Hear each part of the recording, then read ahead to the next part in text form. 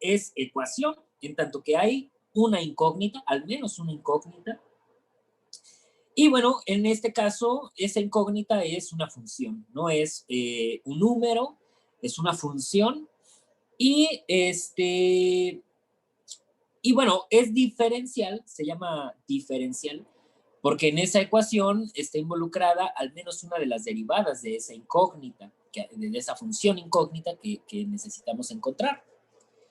Ahora, el hecho de que aparezca por ahí derivadas de la función incógnita implica que, en cierto modo, la función incógnita varía y que sabemos información sobre cómo varía. O bien, que esa variación representa algo en un fenómeno físico, en algo tangible, pues en algo que podemos ver y que podemos controlar. He comentado varias veces que esto que hacemos nosotros de traducir un fenómeno físico, un fenómeno de la vida real, al lenguaje matemático, se le conoce como modelar o modelizar. Y bueno, entendemos nosotros la palabra modelo como un conjunto de expresiones, una ecuación o un conjunto de ecuaciones, que en cierto modo pues retraten el fenómeno, ¿no? El lenguaje matemático, y que nos permita describirlo totalmente, ¿no? Completamente. En ese sentido, bueno, hoy he preparado un par de modelos, ¿no? Que, perdón, he preparado un par de modelos que vamos a revisar y que representan finalmente ecuaciones diferenciales, ¿vale?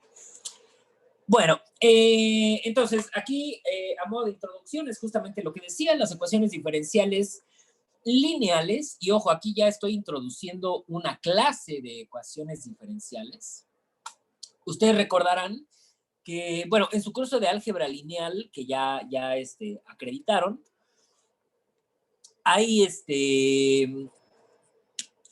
a lo mejor durante una buena parte del curso de álgebra lineal tratamos de definir, ¿no? Con toda certeza, qué rayos es la linealidad, qué significa, qué representa. ¿Alguno de ustedes nos podría decir qué entiende por linealidad o por un fenómeno lineal?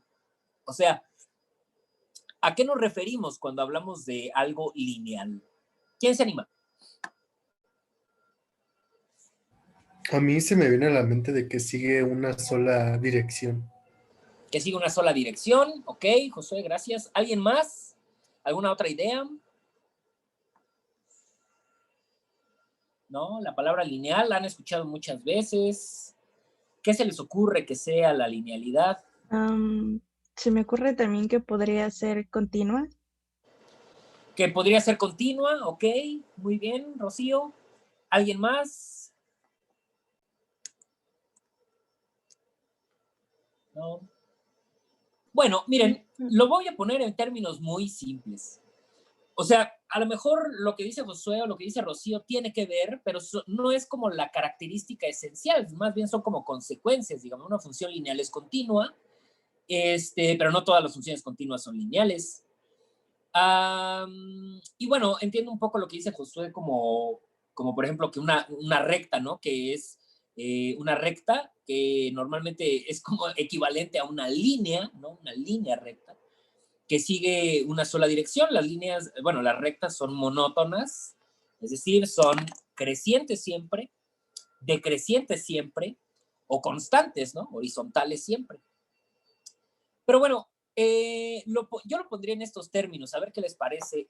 Cualquier cosa que sea considerada lineal es porque puede escribirse en forma de combinación lineal. Es decir, ¿se acuerdan de esa palabrita, ¿no? De combinación lineal. Por ejemplo, si yo tengo un vector, bueno, más bien, si yo estoy hablando de algún espacio vectorial, por ejemplo, vectores de dos componentes, una combinación lineal de vectores de dos componentes es de la forma un escalar por un vector de dos componentes, más. Ay, cabrón. Ese 2 que hace ahí.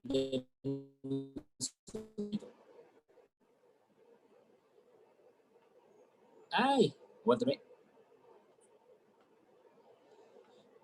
Les digo que el Zoom es un lío. A ver, un escalar por un vector más un escalar por un vector más, y así sucesivamente, ¿no?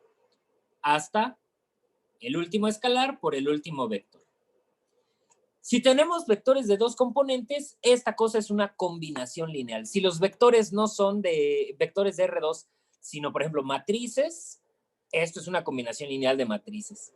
Si los vectores, el espacio vectorial no es de matrices, sino de polinomios, cualquier combinación lineal, bueno, cualquier expresión escrita de esta manera se le llama combinación lineal y tiene la propiedad de linealidad.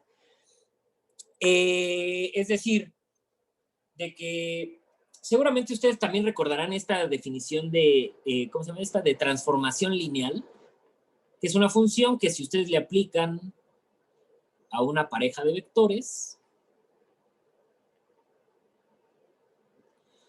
el resultado es igual a aplicarle la transformación a los vectores por separado,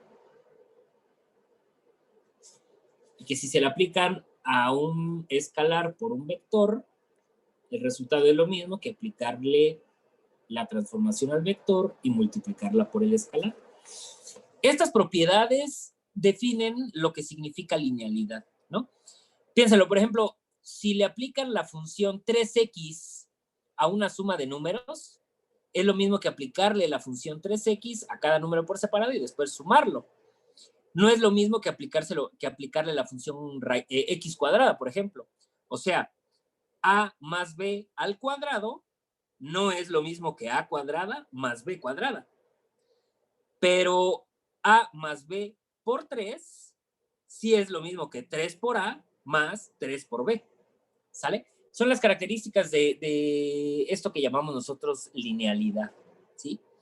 Entonces, fíjense, aquí estoy hablando de ecuaciones diferenciales lineales. Es una primera clasificación. Hay ecuaciones diferenciales que son lineales y ecuaciones diferenciales que no lo son. ¿Qué entenderemos nosotros por una ecuación diferencial lineal? Pues cualquier ecuación diferencial que esté escrita en forma de combinación lineal.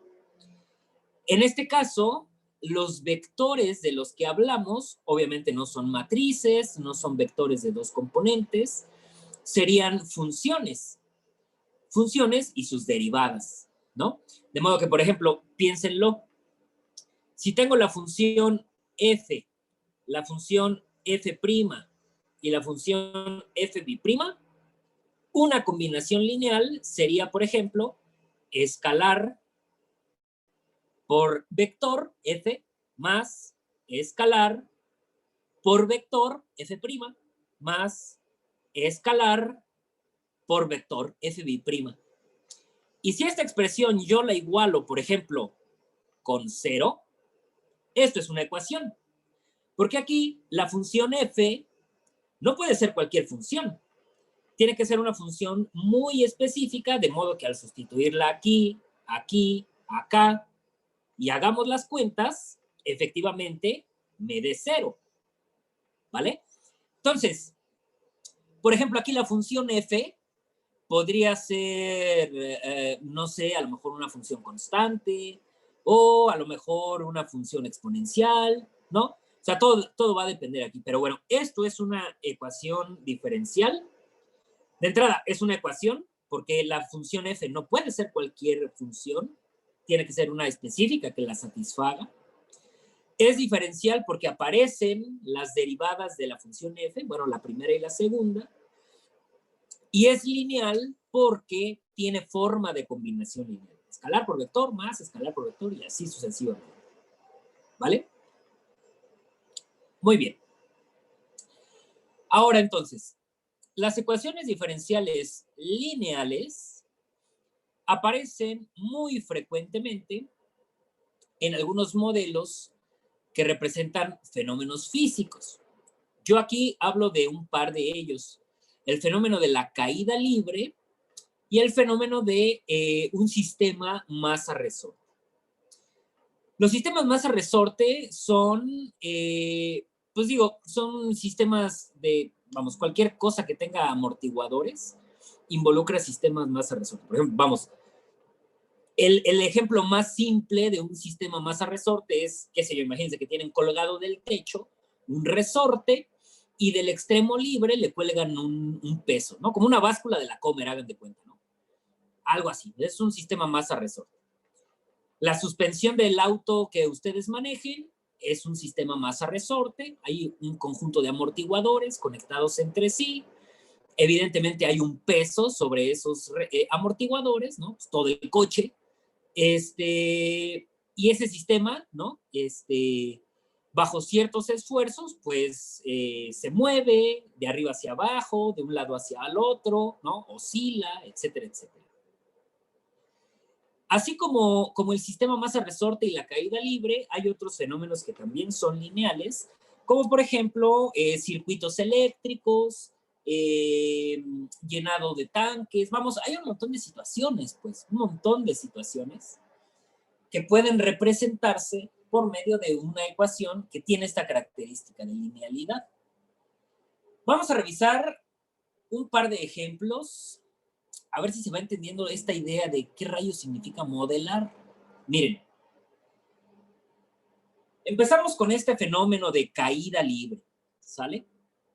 A ver, ustedes están de acuerdo conmigo en que el fenómeno de caída libre realmente no es nuevo, o sea, si ustedes llevaron física en la secundaria o en la prepa, seguramente se recordarán de estos problemitas de se tiene un objeto colocado a cierta altura, ¿no? 3 metros sobre el piso, y se deja caer, ¿no? O sea, parte del reposo, calcule el tiempo que tarda en llegar al piso, ¿no? Entonces, son de esos problemitas de física populares que vienen en el TIPENS, ¿no? Si se fijan, la mayoría de las veces estos problemas son explícitos diciendo sin considerar la resistencia del aire, ¿no? O el típico problema, se tiene un objeto a una altura tal, partiendo del reposo, despreciando la resistencia del aire, calcule el tiempo que toma en llegar al piso. ¿Por qué despreciando la fuerza del aire? Porque, bueno, si nosotros ignoramos la resistencia del aire, el fenómeno es muy sencillito. Piénsenlo. Imagínense que están, vamos, que este fenómeno de caída libre se hace en el vacío. Si no hay resistencia del aire, del entorno, si estamos en el vacío, entonces la única fuerza que actúa sobre el objeto que cae, pues es su propio peso, ¿no? Bueno, normalmente diría uno que es la fuerza de gravedad que lo atrae hacia abajo, pero bueno, sí están de acuerdo, ¿verdad? Que la fuerza de gravedad actúa por medio del peso. Es decir, el peso, digamos W, ¿no? De la palabra weight, ¿verdad? Que así le decimos al peso en inglés. El peso de un objeto se calcula como el producto de la masa del objeto por la aceleración debido a la gravedad, ¿cierto? Entonces, si el objeto cae en el vacío, la única fuerza que actúa sobre este objeto es el peso, la gravedad por medio del peso. Entonces, en ese sentido, piénsenlo, pues la gravedad se supone que es una aceleración, ¿verdad? La gravedad representa 9.81 metros sobre segundo al cuadrado. Es decir, la gravedad hace un cuerpo que caiga aumente su velocidad. 9.81 metros sobre segundo cada segundo. Eso es lo que aumenta un objeto que cae. E insisto, si el objeto cae en el vacío, entonces libremente su velocidad aumenta 9.81 metros sobre segundo cada segundo. Sin embargo, bueno, esa sería la aceleración del objeto que cae, ¿no? 9.81 metros sobre segundo cada segundo y se acabó. Por lo tanto, si nosotros conocemos la aceleración del objeto en cualquier instante de tiempo, que insisto, es constante, entonces hacemos calcular su velocidad. ¿Cómo le hacemos? Si partimos de la aceleración y quiero encontrar la velocidad, ¿qué tendría que hacer? ¿A alguien se le ocurre? Conozco la aceleración, quiero encontrar la velocidad, ¿qué tendría que hacer? ¿Integras la aceleración? Claro, claro. La velocidad simplemente sería la integral de la aceleración. Y piénsenlo, si la aceleración es constante, la integral de una constante es sencillito. No sé si lo noten, pero si la aceleración es constante, la gravedad, entonces la velocidad es polinomial de primer grado. O sea, es simplemente g por t, más una constante, ¿verdad? O sea, es la antiderivada. ¿Están de acuerdo? Y si tengo la velocidad... Ay, espérenme. Y si tengo la velocidad y de la velocidad quiero encontrar la posición, ¿qué tendría que hacer?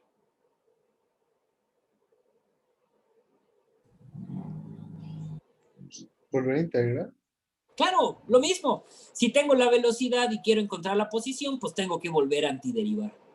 Obviamente voy a antiderivar la velocidad. Y fíjense, si la velocidad es un polinomio de primer grado, g por t más c, entonces la posición va a ser un polinomio de segundo grado, ¿sí o no? O sea, integrar eso es sencillísimo, ¿no? Sería, según yo, g por t al cuadrado sobre 2 más, pues, esta constante multiplicada por t más otra constante, ¿verdad? Y entonces, pues ya está sencillísimo. Si tengo la velocidad, ¿cómo se llama? Si estoy despreciando la resistencia del aire, entonces el fenómeno queda sencillito de modelar. La aceleración es constante, la velocidad es lineal y la posición es cuadrática. Sin embargo, ahora sí, sin embargo, la gran mayoría de las veces esto no ocurre. La gran mayoría de las veces la caída libre no ocurre en el vacío. Si ustedes ahorita van y se suben a la azotea de su casa y sueltan una piedrita, ¿no? O sea, agarran una pelota y la sueltan, a lo mejor es pequeña la resistencia del aire, pero hay una oposición, ¿no? O sea, el entorno impone una cierta resistencia. No lo suficientemente fuerte como para evitar que el objeto caiga. Vamos, si la fuerza de resistencia del entorno fuera igual que la fuerza que actúa hacia abajo, pues el objeto permanecería suspendido, ¿no? O sea, sí hay una resistencia, pero en todo caso es pues menor que la fuerza que lo jala hacia abajo. Sin embargo, a ver, si en lugar de subirse a la azotea y soltar algo desde arriba, van, por ejemplo, a una piscina y ponen una pelota, por ejemplo, ¿no? O una canica, la ponen sobre el borde del agua y la dejan caer, eso también es caída libre. O sea, también el objeto está cayendo al fondo de la piscina. Y estarán de acuerdo conmigo en que ahí el entorno no es el aire, sino el agua. Y que el agua, desde luego, que impone una resistencia, ¿cierto? Igualmente, esa resistencia que impone el agua probablemente sea mucho mayor que la que pone el aire, ¿no? Porque pues, obviamente el agua es viscosa comparada con el aire, pero aún así no es lo suficientemente fuerte como para evitar que caiga.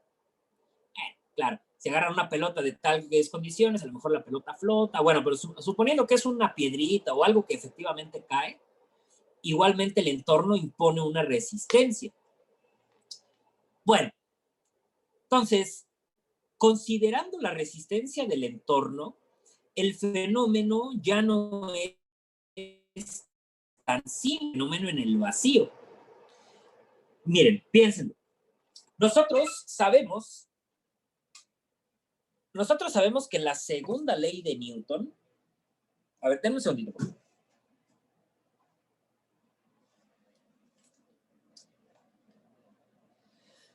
Nosotros sabemos que la segunda ley de Newton, que de hecho es esta expresión que tengo aquí, representa o nos permite relacionar las fuerzas que actúan sobre un objeto que se mueve con la aceleración. Piénsenlo.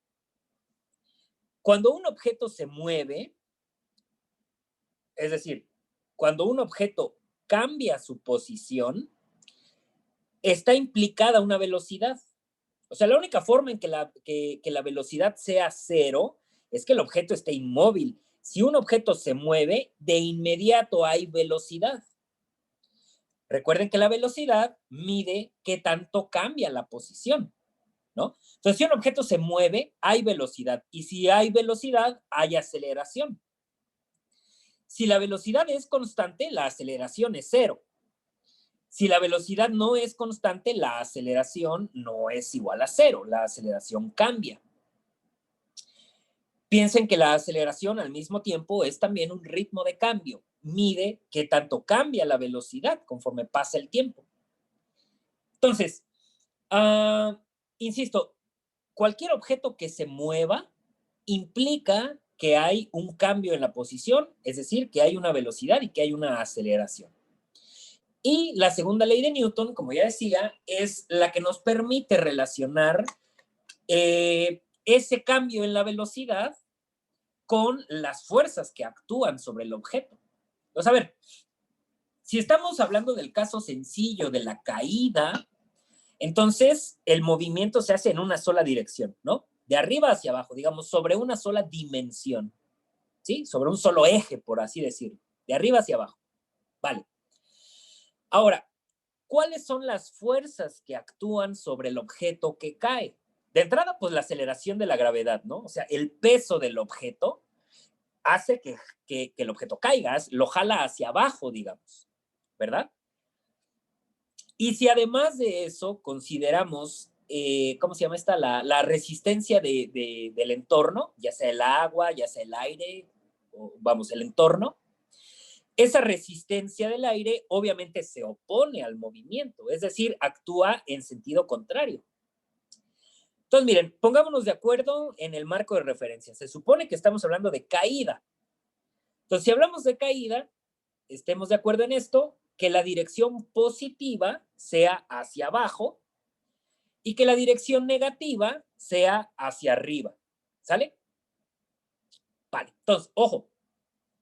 Si nosotros consideramos hacia abajo la dirección positiva, entonces el peso del objeto actúa de forma positiva, promueve el movimiento hacia abajo.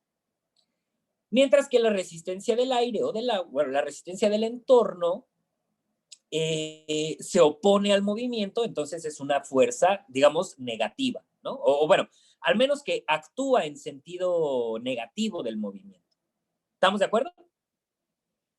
Entonces, en ese sentido, esta suma de fuerzas, pues podríamos expresarla simplemente como el peso que actúa hacia abajo y la fuerza de resistencia que actúa hacia arriba. Por lo tanto, es negativa.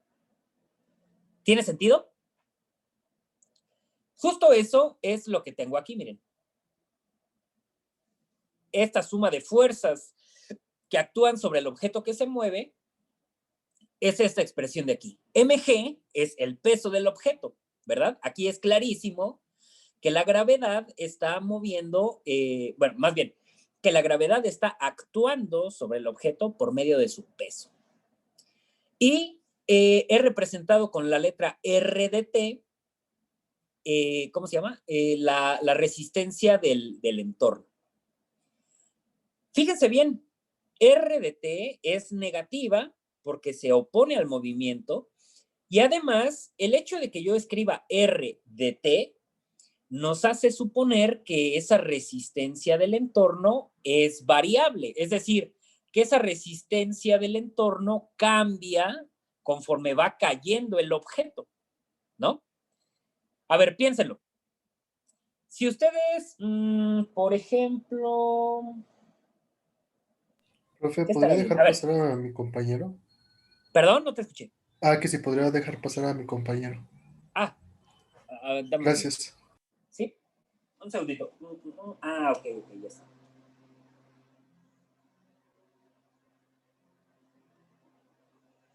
No me había dado cuenta. Estaba muy buena la plática, yo creo. Bueno, a ver, aguántame. Oh, ¿qué hice? Aguántame, porque ya hice un lío aquí, a ver. Se va a apagar mi compu. Entonces, a ver, rápidamente.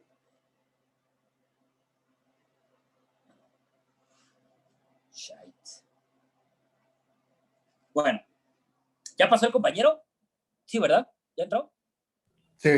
Sí, ya, gracias, profe. Muy bien. Perdón, no había visto que estabas acá esperando. Bueno, mi compu se apagó, entonces, enseguida vuelvo a compartir el documento. Pero bueno, continuamos con la plática. Estaba diciendo, imagínense que tienen ustedes, que están en una alberca, ¿no? Que hay una alberca por ahí. Si ustedes meten su manita despacito, ¿no? O sea, si ponen la mano en la superficie y la van bajando despacito, desde luego que el agua de la piscina se opone al movimiento, ¿no? O sea, el agua va a promover que su mano flote. Si la mano se hunde es porque ustedes están aplicando una fuerza hacia abajo, ¿cierto? Ahora, si ustedes mueven su mano despacito, la resistencia que impone el agua es relativamente baja comparada con la fuerza que impondría el agua si ustedes meten de madrazo la mano a la piscina, ¿no? O sea, inténtenlo, denle un manotazo a una pila que tengan ahí con agua, una cubeta, denle un manotazo. ¿Alguna vez han caído de panzazo en una alberca?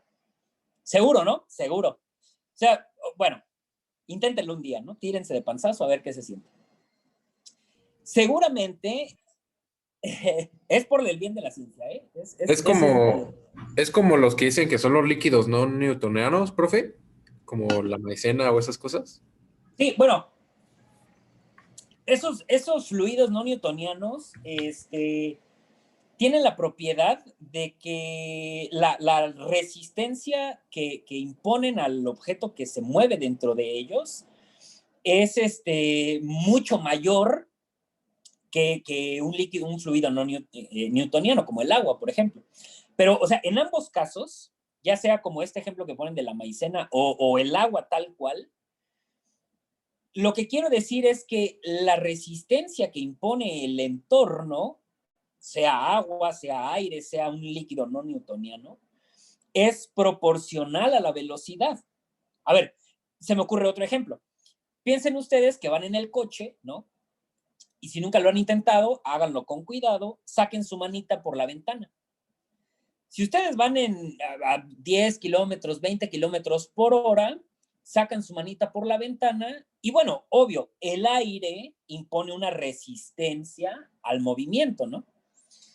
Pero es considerablemente más baja comparada con la resistencia que impone el aire si ustedes van a 120 kilómetros por hora y de pronto sacan la mano por la ventana. O sea, de inmediato van a sentir cómo la mano se les va hacia atrás, ¿no? Que el aire se opone a ese movimiento hacia adelante, digamos, ¿no? O sea, lo que estoy tratando de decir en pocas palabras es que la resistencia que pone el entorno es proporcional a la velocidad que lleva el movimiento, pues, ¿no? Si ustedes van lento y sacan su mano por la ventana, la resistencia que impone el aire es menor que la resistencia que se impone cuando ustedes van mucho más rápido. Es proporcional. Entre más rápido vayan, mayor es la resistencia que impone el entorno. ¿Estamos? ¿Se entiende la idea? Entonces, fíjense, lo que estaba tratando de decir es más o menos esto.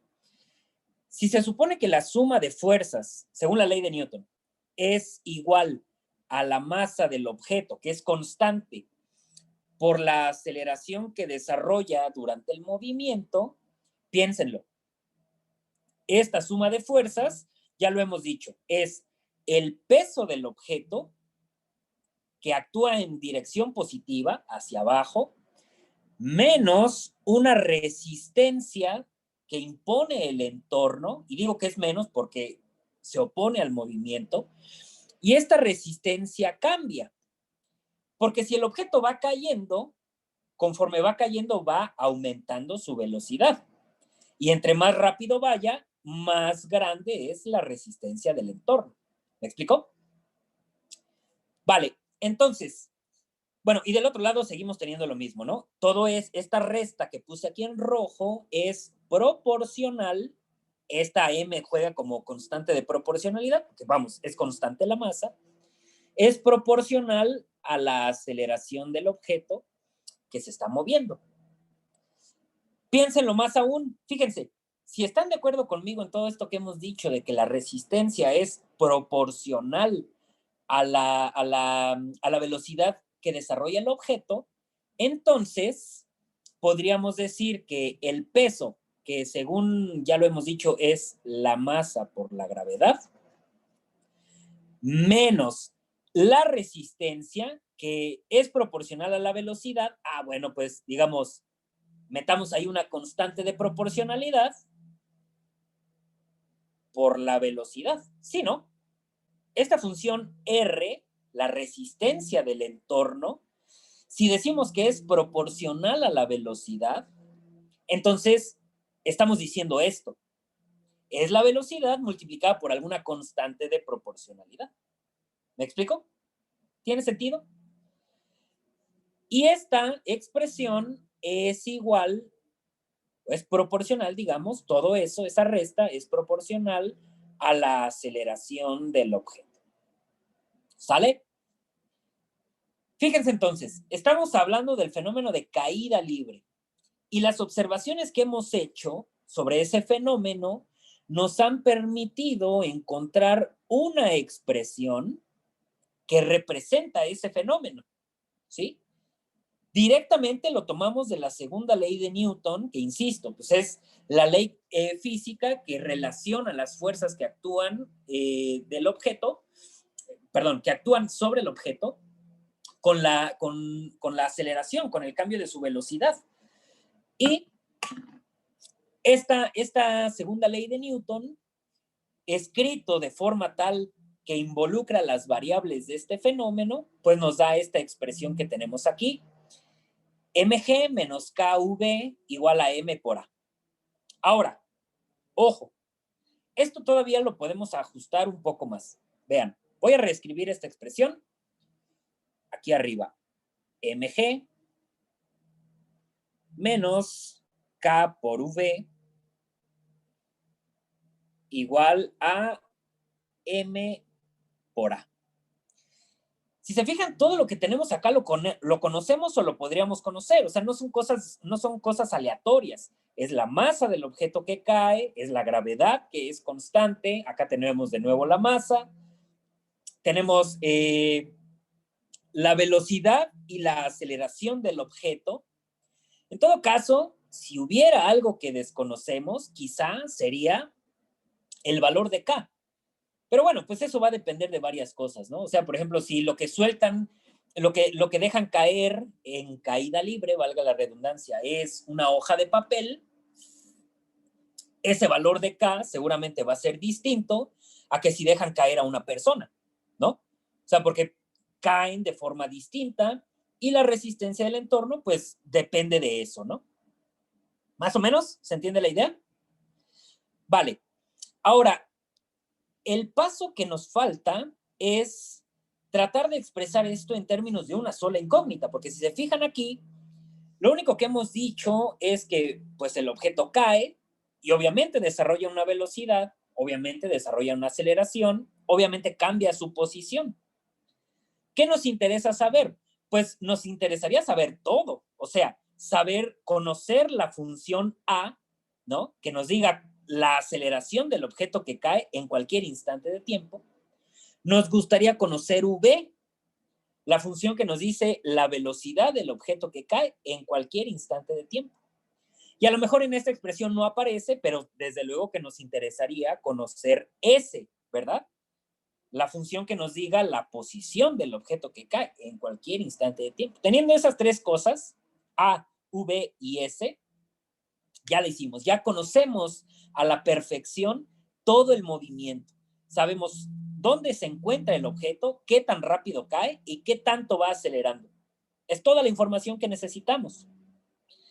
Fíjense bien, esta expresión que encontramos aquí la podemos reexpresar de una sola cosa, porque sí están de acuerdo conmigo que la aceleración y la velocidad están relacionadas entre sí, ¿verdad?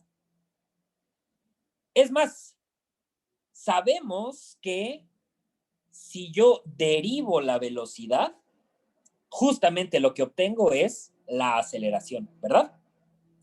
Entonces estarán de acuerdo conmigo en que esto que escribí aquí puede escribirse como mg, que es una constante, es el peso del objeto, menos k por v, ¿sí? Que es la resistencia del entorno, y esto es igual a m por la aceleración, que finalmente no es otra cosa sino la derivada de la velocidad. ¿Me explicó? Fíjense, reacomodando aquí algunas cositas, juntando términos semejantes y cosas así, sí o no que yo lo puedo reescribir de esta manera. Puedo pasar más bien al revés. Puedo pasar el KV para el otro lado, ¿sí? Y del lado derecho, bueno, del otro lado, dejar pues todo lo que no tenga incógnita. No sé si lo notan, pues, pero esta expresión es una ecuación porque lo que andamos buscando aquí es quién rayos es la función v, ¿no? ¿Quién rayos es la función v que satisface esta igualdad? Es diferencial porque aparece una de las derivadas de la incógnita, ¿cierto? Y además, observen qué forma tiene. ¿Sí o no que m es una constante? Es la masa, ¿no? Del objeto. ¿Sí o no que k es una constante? Es la constante de proporcionalidad, ¿verdad?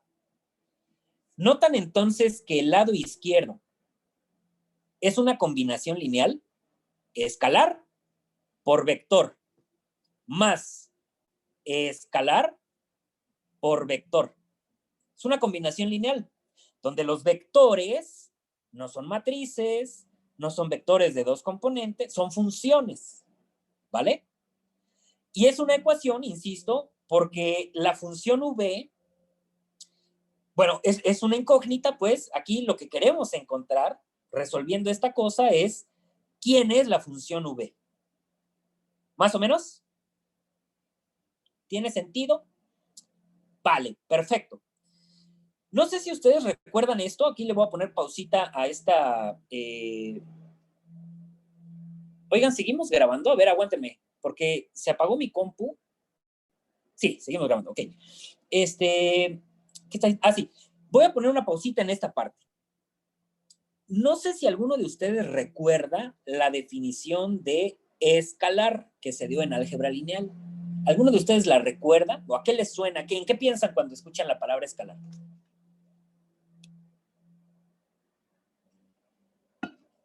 ¿Quién se anima? Edgar, Antonio.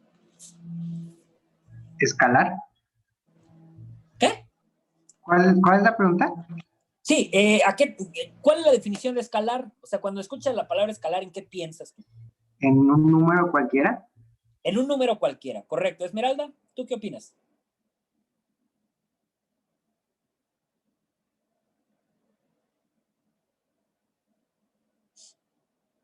Perdón, creo Pues que igual en un número que se puede multiplicar por, no sé, un vector. Un número, vale, muy bien. Adrián Lima, ¿tú qué opinas?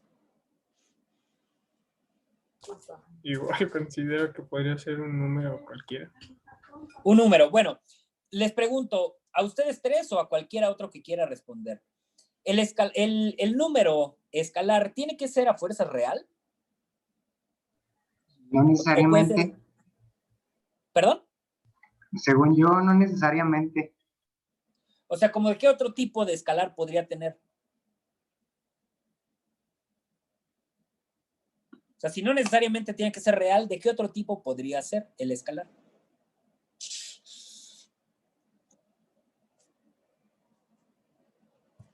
¿No? No, bueno, Yo no sé. pensar que es, bueno, que no, que sí debería ser un real, Porque una vez vi una explicación como de que los imaginarios son vectores y tienen, bueno, la parte real y la parte imaginaria. Bueno, supongo. Ok. Bueno, miren, vamos a salir de la duda en este instante. La palabra escalar hace referencia a cualquier elemento de un campo. A ver, expliquemos esto. ¿Qué rayos es un campo? No sé si se acuerdan, en álgebra lineal se menciona, a lo mejor muy por encimita, entonces, a ver, vamos a tratar de hacer memoria. Un campo es una estructura algebraica, es decir, es como un espacio vectorial. A ver si se acuerdan de los espacios vectoriales. Se supone que es un conjunto, ¿verdad? Para empezar. Un espacio vectorial es un conjunto, ¿sí o no? Es un conjunto de objetos matemáticos, ¿verdad? No necesariamente tienen que ser números, ¿no? O sea, ni matrices, o sea, pueden ser cualquier cosa, ¿no? Matrices, polinomios, vectores de 3 componentes, bla, bla, bla, bla. O sea, hay muchos tipos de espacios vectoriales. Entonces, es un conjunto de objetos matemáticos para el cual se definen dos operaciones, ¿se acuerdan? Esas dos operaciones son específicamente la que le llamamos suma y la que le llamamos producto por escalar, ¿se acuerdan? Son las dos operaciones de espacio vectorial. Y a lo mejor también se acuerdan que esas operaciones tienen una serie de características. Por ejemplo, a lo mejor se acuerdan que la suma tiene que ser cerrada, asociativa, conmutativa, debe tener un elemento neutro, debe tener un elemento inverso, ¿se acuerdan? Y el producto por escalar tiene que ser cerrado, tiene que ser distributivo, tiene que ser conmutativo y una bola de propiedades más. Nosotros normalmente decimos, bueno, si tenemos un conjunto, tenemos para ese conjunto dos operaciones, suma y producto por escalar. Y esas dos operaciones tienen estas propiedades, entonces esa cosa es un espacio vectorial. Bueno, de la misma manera, existen además de los espacios vectoriales otras estructuras algebraicas. Es decir, además de los espacios vectoriales, existen otros conjuntos para los cuales se definen, pues, al menos una operación, o sea, puede ser una, pueden ser dos, pueden ser más, al menos una operación, y esa operación puede tener algunas propiedades. Los campos, que también se les llaman cuerpos o campos, son equivalentes. Los campos son estructuras algebraicas, es decir, los campos también son conjuntos para los cuales se definen exactamente dos operaciones, como a los espacios vectoriales. Pero para los campos, estas dos operaciones son suma y producto. No producto por escalar, producto, ¿vale? Y esas dos operaciones, suma y producto, tienen estas propiedades. A ver si las identifican. Las dos operaciones son asociativas, las dos son conmutativas, las dos tienen un elemento neutro, las dos tienen un elemento inverso, y la segunda, la multiplicación, es distributiva a lo largo de la primera, de la suma. ¿Sale? Entonces, cualquier conjunto de objetos para los cuales existan estas dos operaciones, suma y multiplicación, y que tengan estas características que acabo de decir, asociativa, conmutativa, distributiva, neutro e inverso, se llama campo. En ese sentido, los números reales son un campo. Los números complejos son un campo también. Además, obviamente, también es cierto lo que dijo ¿quién dijo? Miriam Carapia hace ratito, de que ¿cómo se llaman? Los números complejos son vectores, es un espacio vectorial. Eso es cierto, ¿eh?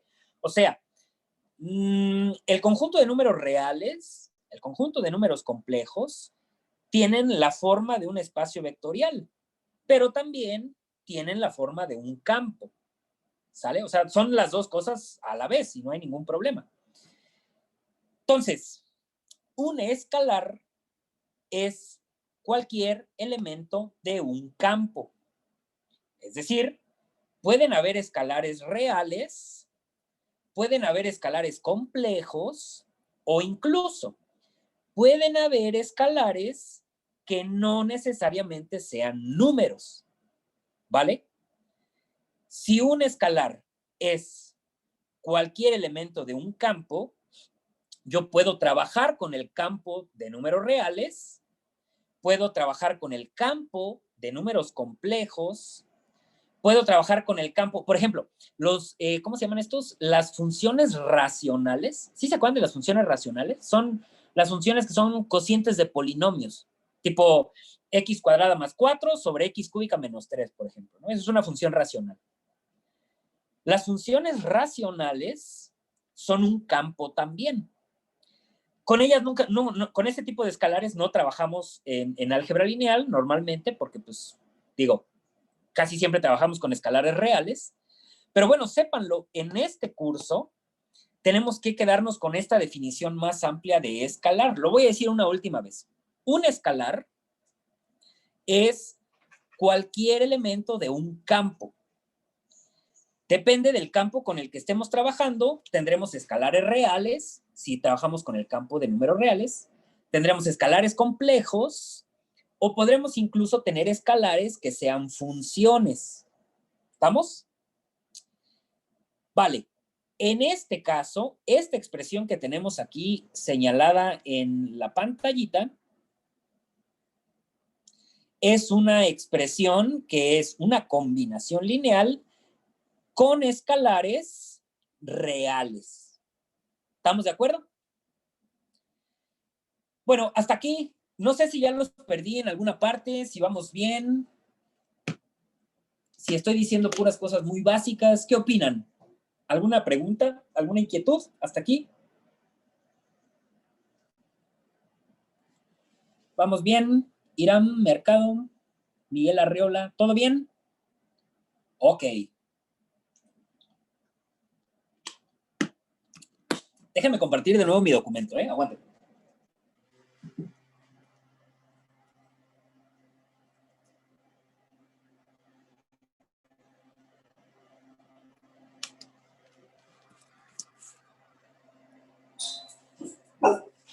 No.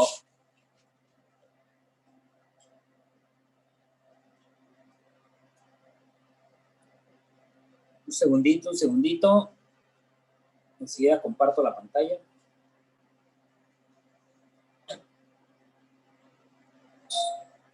No.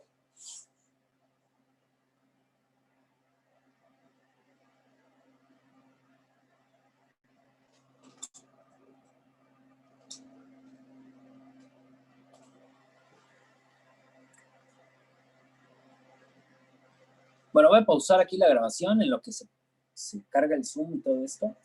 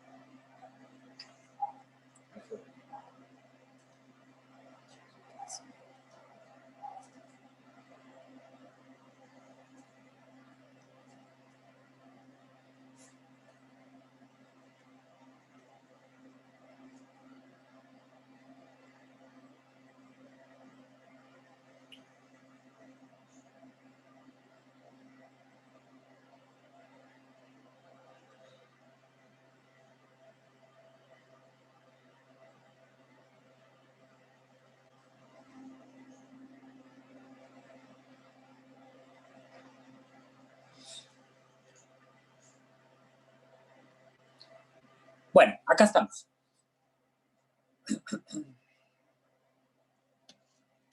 Bueno, pues ya está. Terminamos con este ejemplo, con este modelo. Lo que les decía era, bueno, ya habíamos obtenido esta expresión aquí y finalmente hicimos un despejito. Ahí juntamos las incógnitas de un lado, lo que no tenía incógnitas del otro lado y nos obtuvimos esta expresión 2, ¿vale? La masa por la aceleración más la resistencia del entorno es igual al peso, mg. ¿Sale? Bueno, esto se llama, miren, incluso aquí la puse, es una ecuación diferencial lineal no homogénea de primer orden con coeficientes constantes. A ver, barajémosla más despacio. Ecuación diferencial lineal, creo que ya quedamos por qué, ¿verdad? Es lineal porque esto es una combinación lineal, vale. Es no homogénea. No sé si se acuerdan de esta palabrita de homogéneo y no homogéneo, igualmente en álgebra lineal.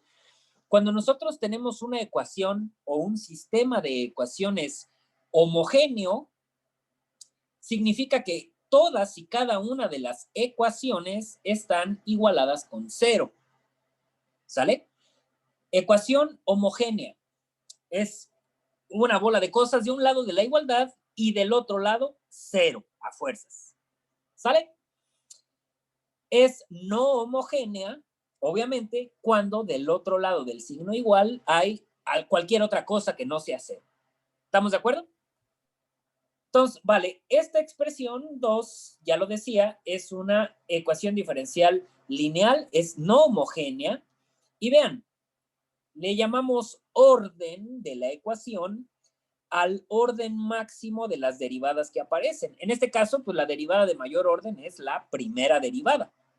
¿Sale?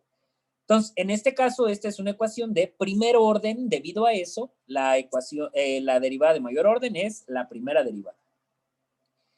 Y, bueno, ya lo decíamos también, los coeficientes, en este caso los escalares con los que estamos trabajando, son constantes. M, la masa, y K, la constante de proporcionalidad de la resistencia del entorno. ¿Estamos?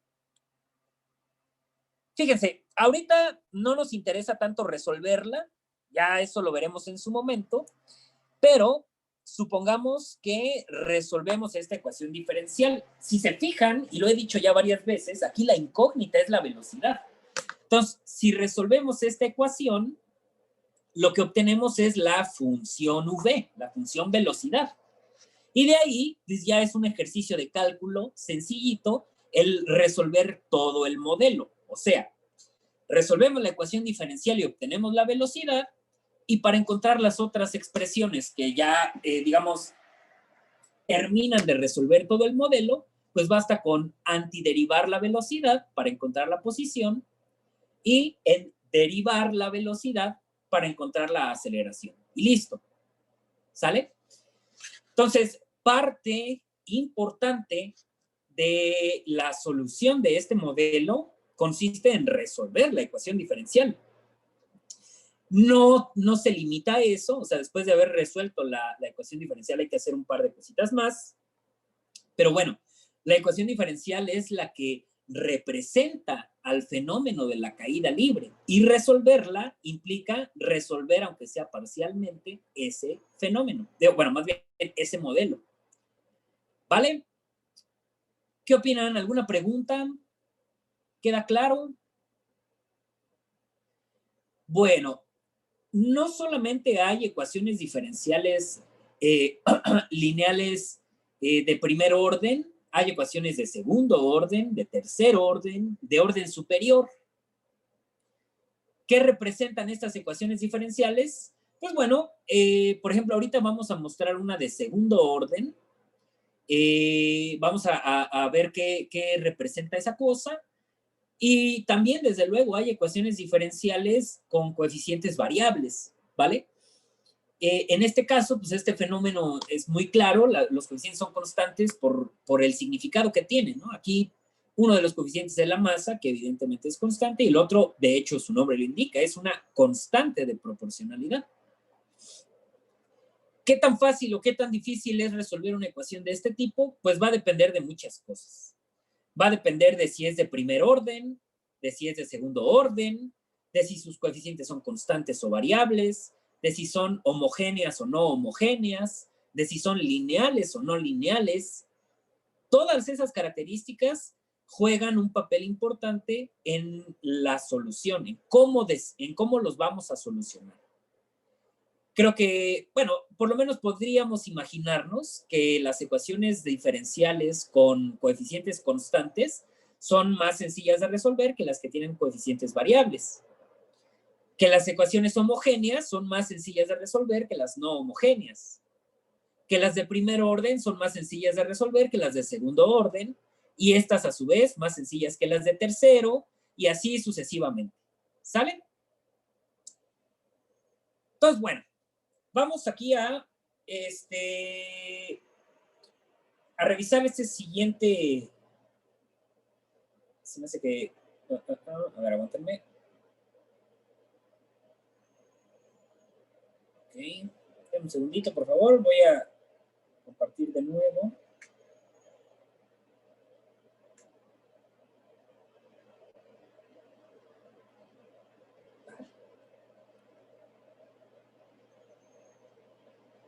Un segundo.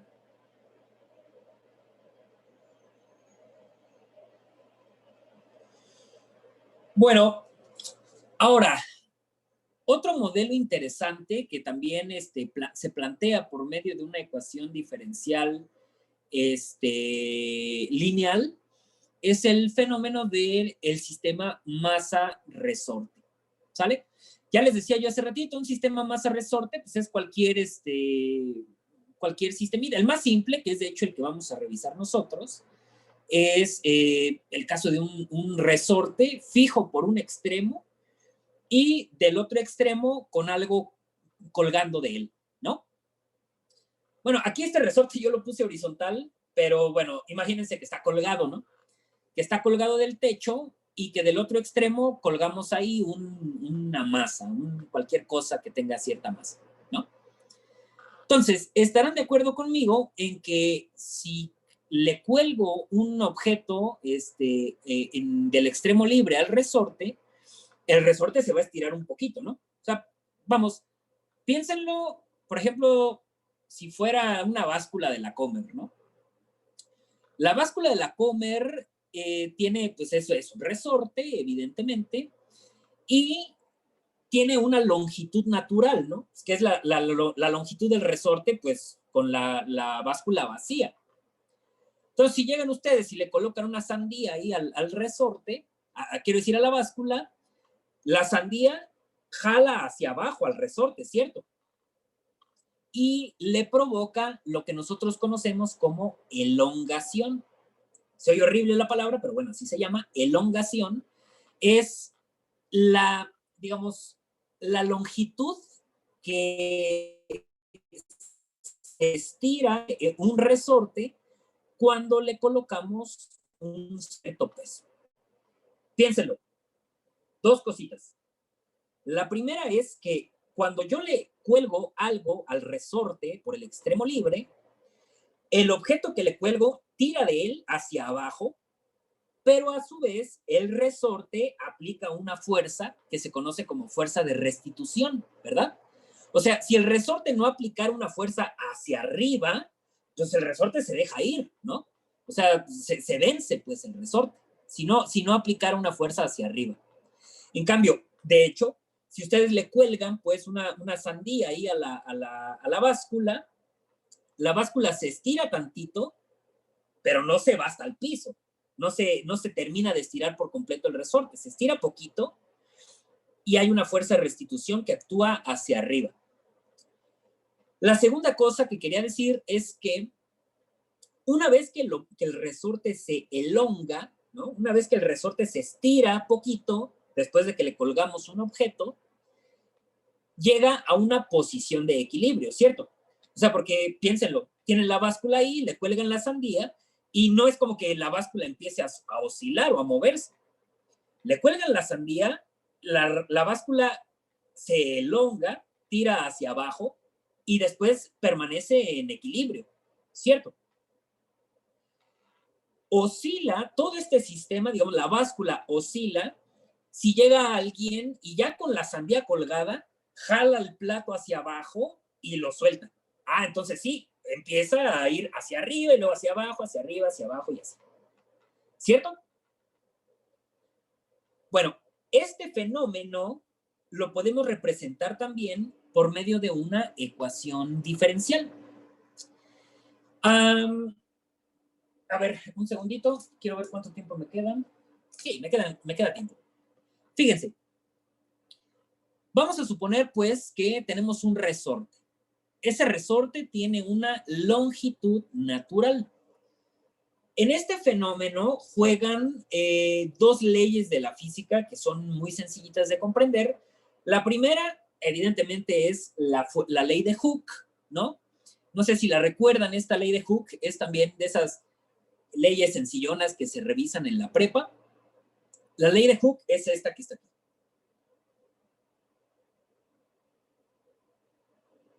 ¿Dónde está? Aquí está. Es esta expresión 3 que tenemos aquí. ¿Sí? A ver, déjenme explicarla.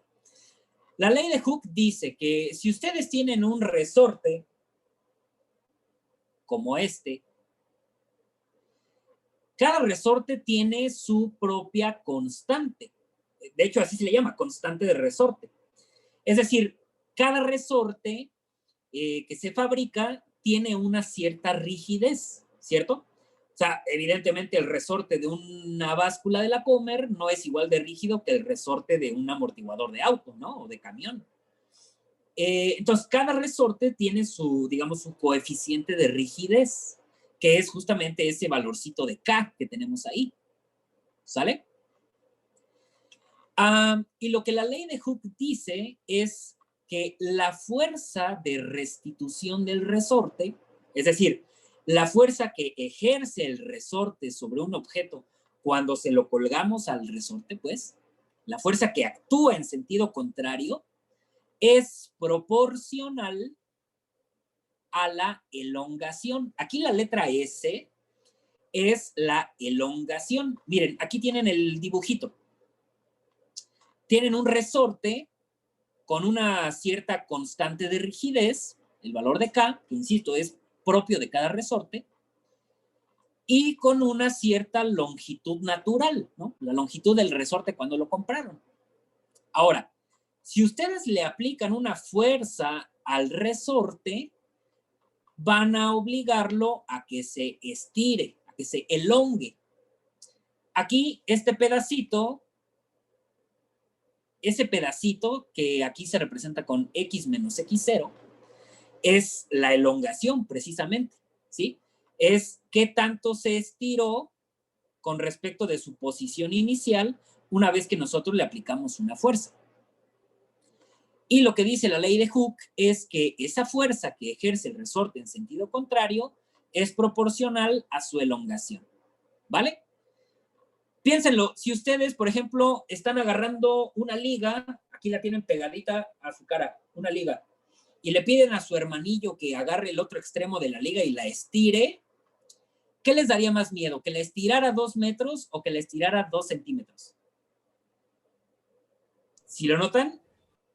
Después de haberle estirado 2 metros, la fuerza de restitución de la liga va a ser mucho mayor que si la estiraron 2 centímetros nada más. ¿Por qué? Pues porque la fuerza con la que va a regresar la liga y les va a meter un madrazo en la cara, o sea, la fuerza F que tenemos aquí, la de restitución, es proporcional a qué tanto la está estirando la otra persona.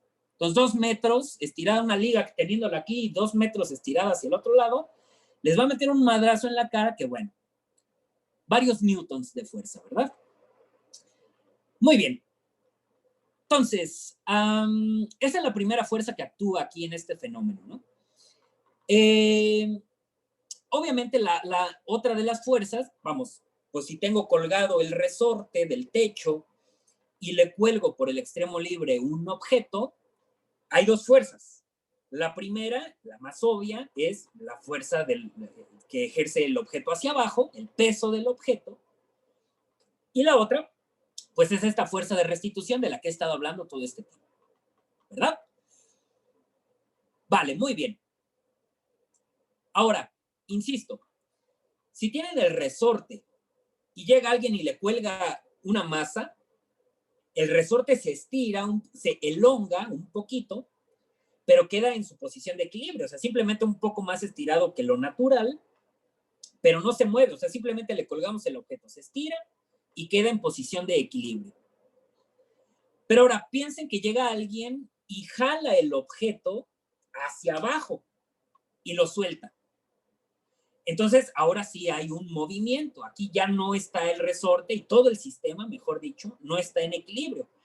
Seguramente al momento de soltar el objeto, una vez que tiramos de él hacia abajo, lo soltamos y se va a ir hacia arriba, ¿no? El resorte se va a comprimir y luego se va a estirar, es decir, va a volver hacia abajo, lo va a volver a subir, va a volver a bajar y va a oscilar.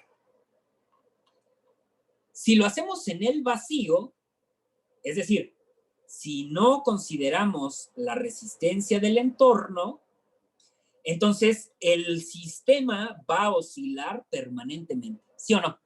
Es lo que le conocemos como el movimiento armónico simple, ¿no? Más bien, tiro del objeto hacia abajo, como no hay una fuerza que se oponga al movimiento, como no hay fricción, entonces el objeto va a permanecer oscilando para siempre, pues. Comparen esto con, por ejemplo, si tienen igual un resorte suspendido, pero adentro de una piscina, ¿no? O adentro de un tambo con agua. Si igual jalan el objeto hacia abajo dentro de la piscina y lo sueltan, seguramente se va a ir para arriba y después eventualmente va a volver a su posición de equilibrio, ¿no? Porque ahí evidentemente el agua hace de resistencia al movimiento, ¿no? Frena, como que amortigua el movimiento. ¿Me explico? Digo, el caso más obvio es, pues, si tienen ahí en su habitación donde están, o ahí en la Comer, tienen una báscula, digo, no lo intenten porque a lo mejor sí se meten en pedos, pero si van a la Comer y tiran la báscula hacia abajo y luego la sueltan, seguramente a los 20 minutos la báscula habrá dejado de oscilar, ¿no? Seguramente ya estará de nuevo en su posición de equilibrio. ¿Me siguen? ¿Me siguen la idea? Vale, perfecto. ¿Cómo le hacemos para modelar este fenómeno? Si tiramos del objeto, quiero decir, si tiramos de la masa hacia abajo y la soltamos, el objeto oscila. Bueno, todo el sistema oscila. Es decir, hay movimiento. Si hay movimiento, aplica la segunda ley de Newton. Porque estarán de acuerdo conmigo en que si hay resistencia del entorno, la velocidad a la que el sistema oscila va cambiando. A lo mejor al principio oscila muy rápido, pero eventualmente esas oscilaciones van a ir disminuyendo hasta que finalmente se estabiliza el asunto. ¿Cierto? Entonces, ahí están. Estas dos leyes aplican en este fenómeno. Por un lado, la ley de Hooke, que nos modela la fuerza de restitución del resorte, y por otro lado, la famosísima ley de Newton, segunda ley de Newton, que nos relaciona las fuerzas que están involucradas en todo este asunto con la aceleración de todo el sistema, que efectivamente esa aceleración cambia conforme pasa el tiempo. ¿Vale? Bien. Yo creo que le voy a parar aquí. Yo creo que la siguiente clase planteamos ya todas estas ideas que por ahí medio he tratado de explicar, las vamos a pasar ya al lenguaje matemático. Voy a subir este documento de la clase 6 al sitio del curso. Yo les pediría que lo descarguen y que le den una lectura. Aquí traté de explicar estas ideas que acabo de ilustrar ahorita y cómo las utilizamos para plantear una ecuación diferencial. Entonces, les pido que la descarguen. Prácticamente van a tener toda la semana porque el lunes no hay clases. Les pido que sí, ¿no? El lunes hay puente.